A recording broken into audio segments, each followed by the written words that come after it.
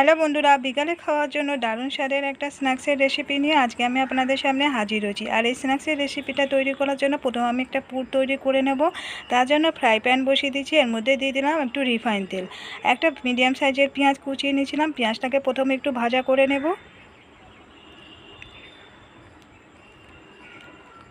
পেঁয়াজটাকে 2-4 মিনিট নাড়াচাড়া করে নিয়ে এর মধ্যে দিয়ে দিচ্ছি এবারে আদা বাটা দিয়ে দিলাম হাফ চা চামচ। আদাটাকে পেঁয়াজের সঙ্গে একটু ভাজা করে নেব। দিয়ে দিচ্ছি কাঁচা লঙ্কা কোচানো, আমি এখানে 2টো কাঁচা লঙ্কা কুচিয়ে রেখেছিলাম, কাঁচা লঙ্কা কুচিটা দিয়ে দিলাম। কাঁচা লঙ্কাটাকে পেঁয়াজ আদার সঙ্গে একটু ভাজা করে নেব। দিয়ে দিচ্ছি নুন স্বাদ মতো, হলুদের গুঁড়ো দিয়ে দিলাম 1/4 টিস্পুন। এখন এখানে একটা সিদ্ধ করে রাখা মিডিয়াম সাইজের আলু আমি আগে থেকে সিদ্ধ করে একটু ম্যাশ করে রেখেছিলাম, সেই আলুটাকে দিয়ে পেঁয়াজ আদা আর এই মশলাটার সঙ্গে একটু খানিকক্ষণ নাড়াচাড়া করে মিশিয়ে নেব। আমি যাতে একটা আলু দিয়ে পুরটা তৈরি করছি সেই জন্য মশলাটাকে কম করে দিলাম। দিয়ে দিচ্ছি একটু ধনেপাতা কুচানো। ধনেপাতা কুচিটা দিয়ে মিশিয়ে দিচ্ছি। এবারে দিয়ে দিলাম ভাজা মশলা হাফ চা চামচ। এই ভাজা মশলাটা আছে ধনে, জিরে, শুকনো লঙ্কা, ছোটো এলাচ আর লবঙ্গ, এগুলো শুকনো খোলায় রেখে আর ভেজে গুঁড়ো করে রাখা ছিল। তো এই ভাজা মশলাটা হাতের কাছে না থাকলে শুধু ধনে জিরের গুঁড়ো আর একটু গরম মশলার গুঁড়ো দিয়ে দিলে তো হয়ে যাবে। এখন এই মশলাটা আমার পুরটা তৈরি করে নেওয়া হয়ে গেছে, নামিয়ে আমি ঠান্ডা করতে দিয়েছি। আর এখানে ময়দা নিয়েছি, আমি ময়দাটা প্রথমে মেখে নেব। কিছুটা ময়দা নিয়ে আর এর মধ্যে দিয়ে দিলাম রিফাইন তেল দিয়ে দিয়েছি চা চামচে 2 চামচ। আর নুন দিয়ে ময়দাটাকে প্রথমে একটু ময়ান দিয়ে নিচ্ছি, অল্প অল্প করে জল দিয়ে মেখে নেব।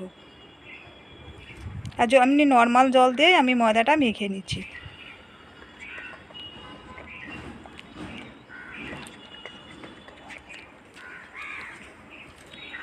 আমরা সাধারণত লুচি বা পরোটা বানানোর জন্য যেরকম ময়দার ডোটা তৈরি করি ঠিক সেরকমভাবে ময়দাটা মেখে নেব।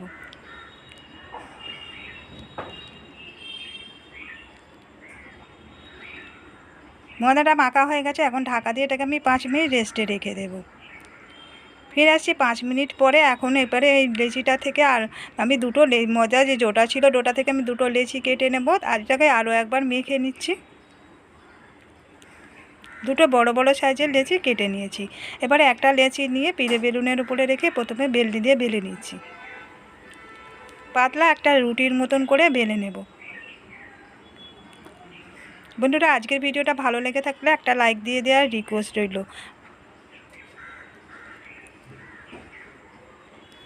পাতলা করে আমি রুটির মতন করে বেলে নিয়েছি, একটু লম্বা সাইজের করে বেলে নিয়েছি। এবারে এর মধ্যে যে আলুর পুরটা তৈরি করে রেখেছিলাম সেই পুরটা আমি দিয়ে দেবো রুটিটার উপরে। পুরো রুটিটার উপরে এই আলুর পুরটা দিয়ে কভার করে দেব।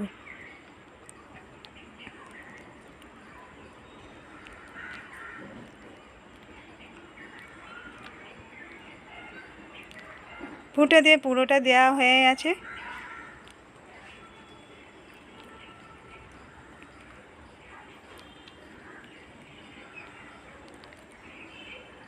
এইভাবে পুরো পুরটা দিয়ে রুটিটাকে প্রথমে আগে দিয়ে দিতে হবে, তারপরে এরকমভাবে একটা সাইড থেকে রুটিটাকে নিয়ে আমি রোল করে নেব।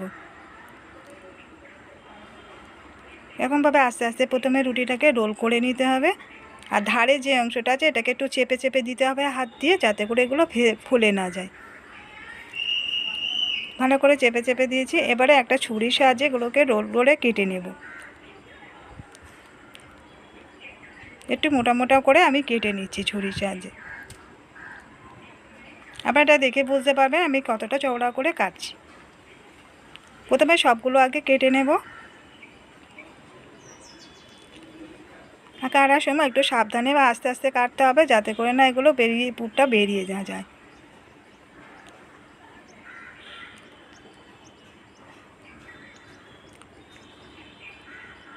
প্রথমে সবগুলো কেটে নেব। একটা করে যেগুলো তৈরি করে কেটে নিয়ে এগুলোকে হাত দিয়ে একটু করে চেপে চেপে চ্যাপটা করে দিচ্ছি।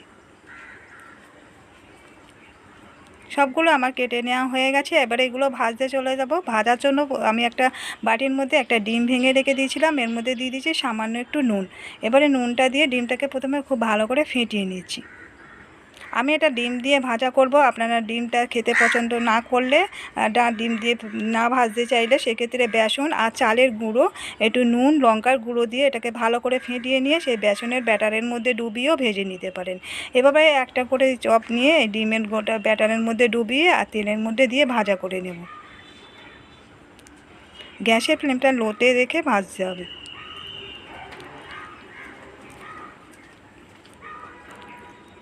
আর এগুলো ভাজতে খুব বেশি সময় লাগে না, তাড়াতাড়ি হয়ে যায়। তবে একটু গ্যাসের ফ্লেমটা জোরে করা যাবে না, তাহলে এই ময়দার যেটুকু কভার করা আছে এগুলো কাঁচা থাকবে। গ্যাসের ফ্লেমটা লোতে রেখেই ভাজতে হবে। একটা সাইড ভাজা হয়ে গেছে, এরকম গোল্ডেন কালার হয়ে গেলে উল্টিয়ে দিতে হবে। সবগুলো আমি এখন উল্টিয়ে দিচ্ছি।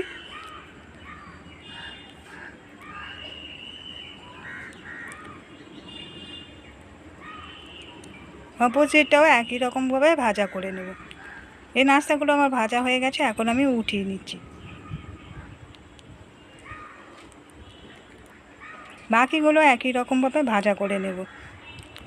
বিকালে চায়ের সঙ্গে এই নাস্তাগুলো চটপটি আর মুচমুচে খেতে দারুণ স্বাদের। এই নাস্তাটা চায়ের সঙ্গে খেতে কিন্তু দারুণ লাগে। আপনারা একবার এভাবে বাড়িতে বানিয়ে দেখতে পারেন। আজকের রেসিপিটা কেমন লাগলো কমেন্ট করে জানাতে ভুলবেন না। ভালো লাগলে একটা লাইক দিয়ে দেবেন, শেয়ার করে দেবেন এবং সাবস্ক্রাইব করে দেওয়ার রিকোয়েস্ট করছি নতুন বন্ধুদের কাছে।